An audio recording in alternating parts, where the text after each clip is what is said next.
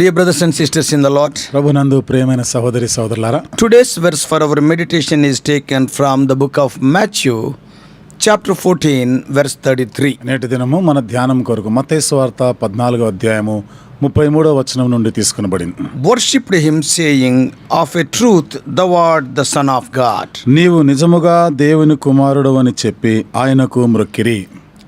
On seeing Jesus performing the miracle on the shores of the Sea of Galilee, that is feeding 5,000 of people, Galilee సముద్ర తీరాన యేసు ప్రభువారు జరిగించిన అద్భుత కార్యాలను చూసి, అనగా 5,000 మందికి రొట్టెలిచ్చి ఆయన ఆ చేపలతో they పోషించినప్పుడు, fed thousands of people with 5 loaves and 2 fishes. అక్కడ ఉన్నటువంటి వేలాది మంది ప్రజల్ని ఆయన రొట్టెలు చేపలతో ఆయన పోషించాడు. Then many wanted to make him king immediately. అప్పుడు చాలా మంది ఆయనని వెంటనే రాజుగా చేసుకోవాలి అనుకున్నారు. No doubt that proposal would have pleased many of his Jesus followers. ఏ సందేహం లేకుండా యేసు ప్రభువుని వెంబడించే వారికి ఈ ఆలోచన అనేది వాళ్ళకి చాలా సంతోషం అనిపించింది. If he becomes the king, at least I can get some minister post. ఆయన రాజుగానే అయితే నాకు కూడా కనీసం మంత్రి పదవైనా వస్తుంది అనుకున్నారు. But immediately Jesus constrained his disciples to go into the ship and go before him to the other side. అయితే యేసు ప్రభువారు వెంటనే తన శిష్యులని అద్దరికి వెళ్ళవలసిందిగా తనకంటే ముందుగా వెళ్ళమని బలవంతం చేశాడు. And also he sent away the multitudes. అంతేకాదు జన సమూహములను కూడా పంపివేశాడు. That is what we read in Matthew 14:22. ఇది మత్తయి సువార్త 14వ అధ్యాయం 22వ వచనంలో మనం చదవచ్చు. See, it was a very hard day for Jesus.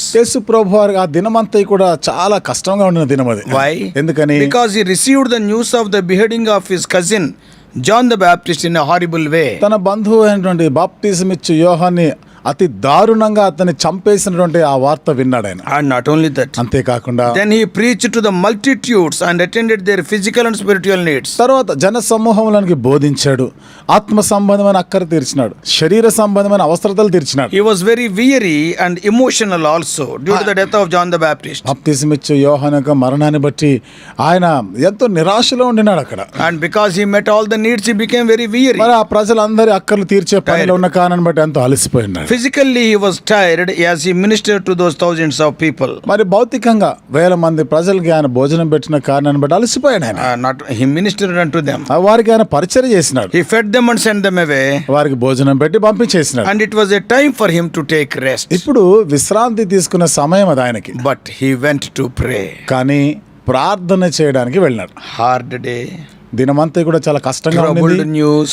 ఎంతో కలత చెందేటువంటి వార్త. Physically exhausted. భౌతికంగా చూస్తే అలసిపోయి ఉన్నాడు. Yet he went to pray. అయినా ప్రార్థన చేయడానికి పోయినాడు. Oh, the importance that prayer had in the life of Jesus. యేసు ప్రభువారి జీవితంలో ప్రార్థన యొక్క ప్రాముఖ్యతను చూస్తాం. Being the Son of God, if he felt the necessity to be strengthened through prayer on these kinds of occasions, how much more we, weak, failing disciples or followers of him, need to spend time in prayer. దేవుని కుమారుడై ఉండి ఇలాంటి పరిస్థితుల్లో కూడా, అనానుకూలమైన పరిస్థితుల్లో కూడా ప్రార్థన అనేది ఎంత అవసరమైనదో, ఎంత ప్రాముఖ్యమైనదో అని గ్రహించినటువంటి ఆయనకే అది అంత అవసరమైతే మరి బలహీనులమి ఎప్పుడు పడిపోతున్నటువంటి మనకి ఈ ప్రార్థన ఇంకెంత అవసరం? Oh, generally what we say, సాధారణంగా మనం ఏమంటాం? oh, I need rest, brother. నాకు ఇప్పుడు కొంత rest కావాలంటాం. Oh, I am tired, నేను అలసిపోయానంటాం. I am really need to get a nap, brother. అన్న ఇప్పుడు ఒక కున్కైనా తీయాలంటారు. Actually we are not tired. వాస్తవంగా చెప్పాలంటే మనం ఏం అలసిపోయింది ఏం లేదు. Sometimes overeating also. కొన్నిసార్లు కొంచెం ఎక్కువ తినేస్తాం. And now as per the direction of Jesus, the disciples, though tired, started their journey on a boat in that sea to go to the other side. యేసు ప్రభువారి యొక్క మాట ప్రకారం ఇప్పుడు శిష్యులు ఆ దోణిలో ప్రయాణం చేస్తూ, సముద్రంలో ప్రయాణం చేస్తూ ప్రభువారు చెప్పినట్లుగా అద్దరికి వెళ్తా ఉన్నారు. There are many important truths in these few verses from 25 to 31. 25 నుండి 31 వచనాల్లో కొన్ని ప్రాముఖ్యమైనటువంటి సత్యాలు ఉన్నాయి మనం గ్రహించడానికి. But in this short meditation, I will mention just 10 truths very quickly. అయితే మనము చాలా తక్కువ సమయం ధ్యానం చేస్తున్నాం కాబట్టి కొన్ని సత్యాలు మాత్రమే, ఒక 10 విషయాలు నేను చెప్తాను. The disciples and many others saw many miracles performed by Jesus till now. శిష్యులు గాని జన సమూహాలు ఇంతవరకు కూడా యేసు ప్రభువారు చేసిన అనేకమైనటువంటి అద్భుత కార్యాలను చూసినారు. But as recorded by Matthew, అయితే మత్తయి రాసిన ప్రకారం, so far though they saw the miracles, none of the disciples had recognized the lordship of Christ. ఇంతవరకు కూడా ఇన్ని అద్భుత కార్యాలు ప్రభు చేసిన ఆ కార్యాలను చూసినారే గాని ఆయన నిజంగా దేవుని కుమారుడని గ్రహించలేదు ఇంతవరకు. That night, ఆ రాత్రి they recognized and acknowledged that he is the Son of God and worshipped him. వారు గుర్తించారు, ఈయన దేవుని కుమారుడని వాళ్ళు గ్రహించారు, గుర్తుపట్టారు, ఒప్పుకున్నారు, ఆయనను ఆరాధించారు. And what a revelation. ఎంతటి ప్రత్యక్షత వచ్చింది.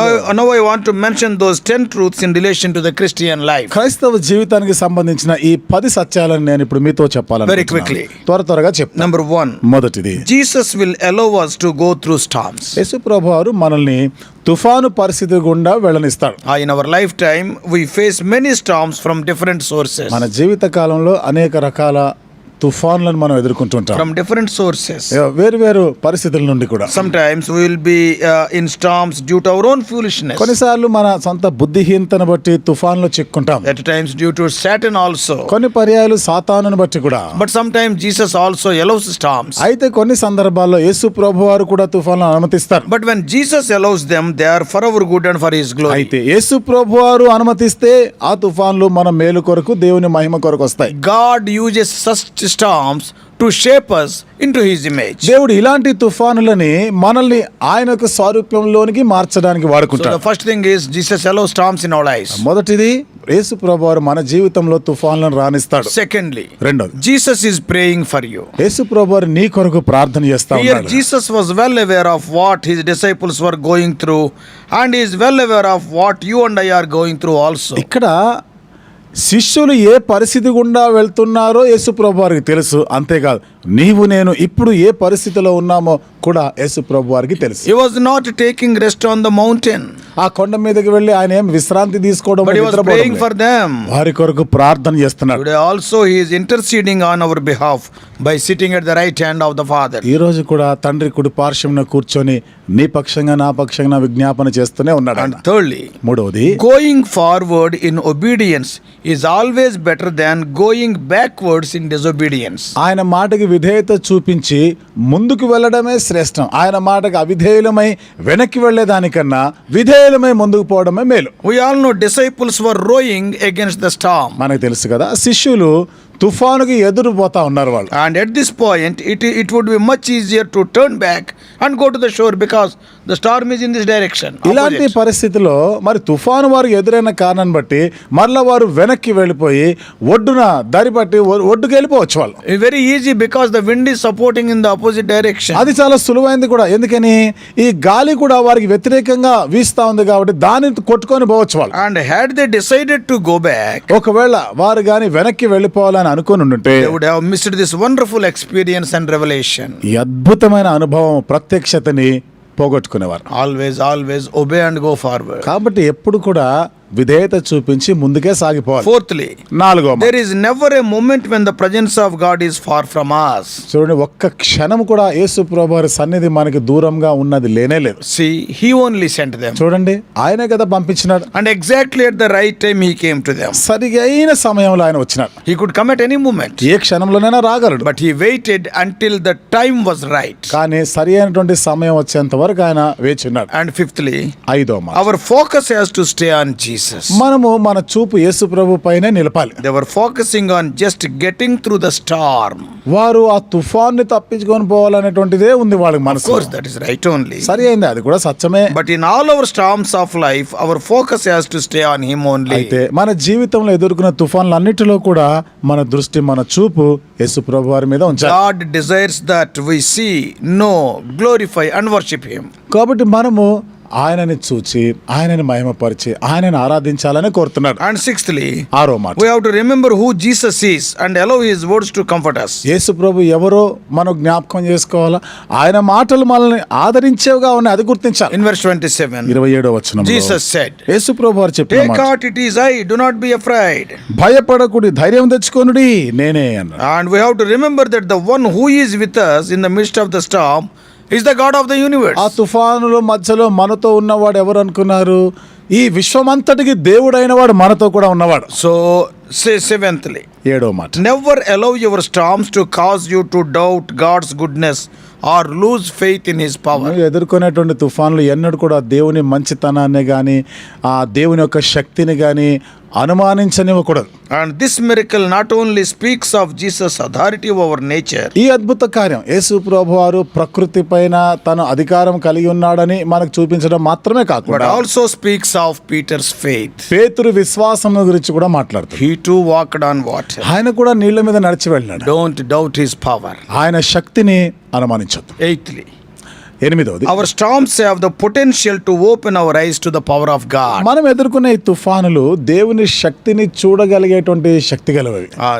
చూసేటట్టు మనం మరి చేస్తాం. చూసేటట్లుగా మనల్ని చేస్తారు. Same thing happened in Peter's life. అదే పేతురు జీవితంలో జరిగింది His కూడా. eyes were opened and he had fresh revelation of Jesus. ఆయన కన్నులు తెరవబడ్డాయి. యేసు ప్రభువారి గురించి ఒక నూతనమైన ప్రత్యక్షత పొందినాడు. Here the promise is not that the storm will be stopped, ఇక్కడ వాగ్దానం ఏమిటిది? తుఫాను ఆపివేయబడుతుంది అనేది కాదు, but our eyes will be opened. మన కనులు తెరవబడతాయి. And ninthly, 9వ మాట, our storms have the potential to open others' eyes to the power of God. మనకు ఎదుర్కొనే తుఫాన్లు ఇతరులు కూడా దేవుని శక్తిని ఎరిగేటట్లు చేస్తాయి. Not only Peter's eyes, but the eyes of all on the boat were opened. పేతురు కన్నులు తెరవబడ్డం మాత్రమే కాదు, ఆ దోణిలో ఉన్న వారందరి కన్నులు It తెరవబడ్డాయి. is written, ఇక్కడ రాయబడిన మాట, all worshipped him. వాళ్ళందరూ కూడా ఆయనకు మొక్కిరి. And the 10th truth from this portion, ఈ భాగంలో నుండి 10వ సత్యం, storms must make us true worshippers. తుఫానులు మనల్ని నిజమైన ఆరాధికులుగా చేయాలి. Ultimately, all people on the boat worshipped Jesus. చివరికి దోణిలో ఉన్న వాళ్ళందరూ యేసు ప్రభువారిని ఆరాధించారు. God's name was glorified and they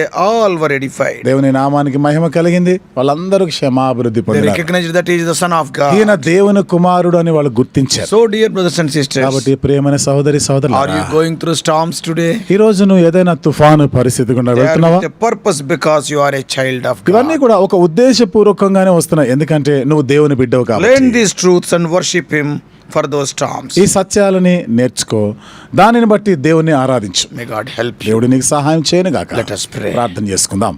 Loving Heavenly Father, ప్రేమగల మా పరలోకపు తండ్రి, heartfully we are thanking thee for the storms you are allowing in our lives. మా జీవితాల్లో మీరు అనుమతిస్తున్న ఈ తుఫానులను బట్టి హృదయపూర్వకంగా మీకు కృతజ్ఞతలు Every చెల్లిస్తున్నాం. one of us are having so many storms. మాలో ప్రతి ఒక్కరు ప్రభువా అనేక తుఫాన్లు గుండా వెళ్తున్న Of వారే. course, many storms are because of our foolishness. అయితే అనేకమైనటువంటి ఈ తుఫానులు మా యొక్క బుద్ధిహీనతను బట్టి వచ్చాయి. Lord, some are allowed by Satan దేవ కొన్ని ఏమో సాతానుడు తెస్తున్నాడు to tempt us. మమ్మల్ని శోధించడానికి. But we thank thee for the storms thou hast allowed us in our lives, and they will reveal wonderful things. అయితే నీవు మా జీవితంలో అనుమతించిన ఈ తుఫాన్లను బట్టి వందనాలు, ఎందుకనగా అద్భుతమైనటువంటి సత్యాలను అవి బయలుపరిచాయి. 10 things we have seen from this storm. ప్రభు, ఈ తుఫాన్ నుండి 10 సంగతులని మేము విన్నాం. And also through our storms also teach us, O Lord, lessons otherwise we can't learn. మా తుఫాన్ల ద్వారా దేవా మేము కూడా పాఠాలు నేర్చుకునేదానికి సహాయం చేయండి. ఈ తుఫాన్ రాకపోతే మేము నేర్చుకోలేము. O Lord, speak to us. దేవా మాతో మాట్లాడండి. Help us, O Lord, to be transformed to your image little by little, day by day, by going through these storms. ఈ తుఫాను పరిస్థితి గుండా వెళ్తూ ఉండడం ద్వారా దినదినము కొద్దిగా ప్రభా మీ స్వారూప్యంలోనికి మేము మార్చబడడానికి సహాయం చేయండి. Jesus precious name we యేసు ప్రభు వారి అమూల్యమైన నామములో ప్రార్థించి వేడుకుంటున్నాము తండ్రి. ఆమేన్.